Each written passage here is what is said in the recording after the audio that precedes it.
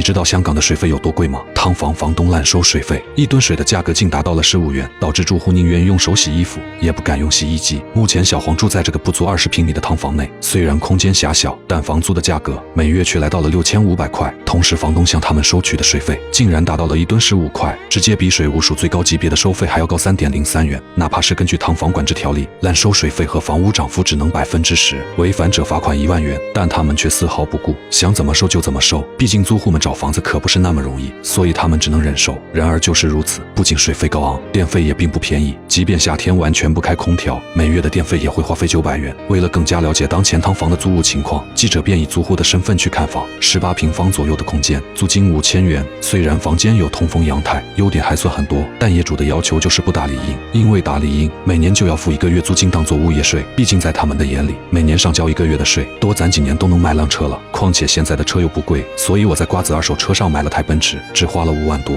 现在新车掉价快，上瓜子买二手特划算。年底瓜子有100亿补贴活动，5万多就能买奔驰、宝马、比亚迪。瓜子每台车都经过官方专业检测，可以试开3天。要是有旧车，还能放瓜子拍卖，买卖二手车上瓜子就对了。但根据汤房管制条例来说，不打理应就相当于没有法律效力。但如果要是坚决打理应的话，那么租金肯定也会上涨。所以有些租户为了省钱，通常都不会在意。不过较好的是，当记者询问水电费如何规定时，房东则表示都是按照水务署来收。从去年12月起，他们就访问了约200家汤房租户，而其中70%业主都没有按照租管条例向租户收取规定的水电费，甚至还有50%半的业主没有为租约打理应。从租管条例推出2年期间，署方一共进行了216次巡查，涉及了6959套汤房单位，但全港大约有10万多个汤房，也就是2年只巡查了6%。正因如此，有人便认为这就是巡查力度不够的问题，才导致汤房滥收严重的情况。就好比在这2年里，2941宗业主涉条例的案件，只有153宗被检控，而其他的则是轻微的罚款，平均不到2000块钱。显然这点罚款对于业主来说简直就是微不足道。眼前61岁的刘先生就住在一个不足10平米的汤房内，房间的压抑和潮湿让他很多时候都感觉无法呼吸，所以他每天大部分时间都会选择在公园坐坐。如果你还在想问为什么不搬个大一点的房子，原因就是没钱。虽然都说香港的面积很小，但房屋开发的面积更小，只占总面积的20%，所以很多劣质汤房也由此而来。就比如厨厕合一、上床下厕、隔虫、棺材房，简单来说就是床位有多大，你的活动单位就有多大。虽然前几年有关部门已经提出了汤房最低面积和卫生问题需要审批才能出租，但仍旧遭到了许多市民的反对。毕竟面积扩大，卫生提高了标准，这也意味着租金也会变高。然而说到底还是房子太少的问题，即便你提高了标准，之后还是会有人租不起房而流落街头，所以这已经成为了一个矛盾。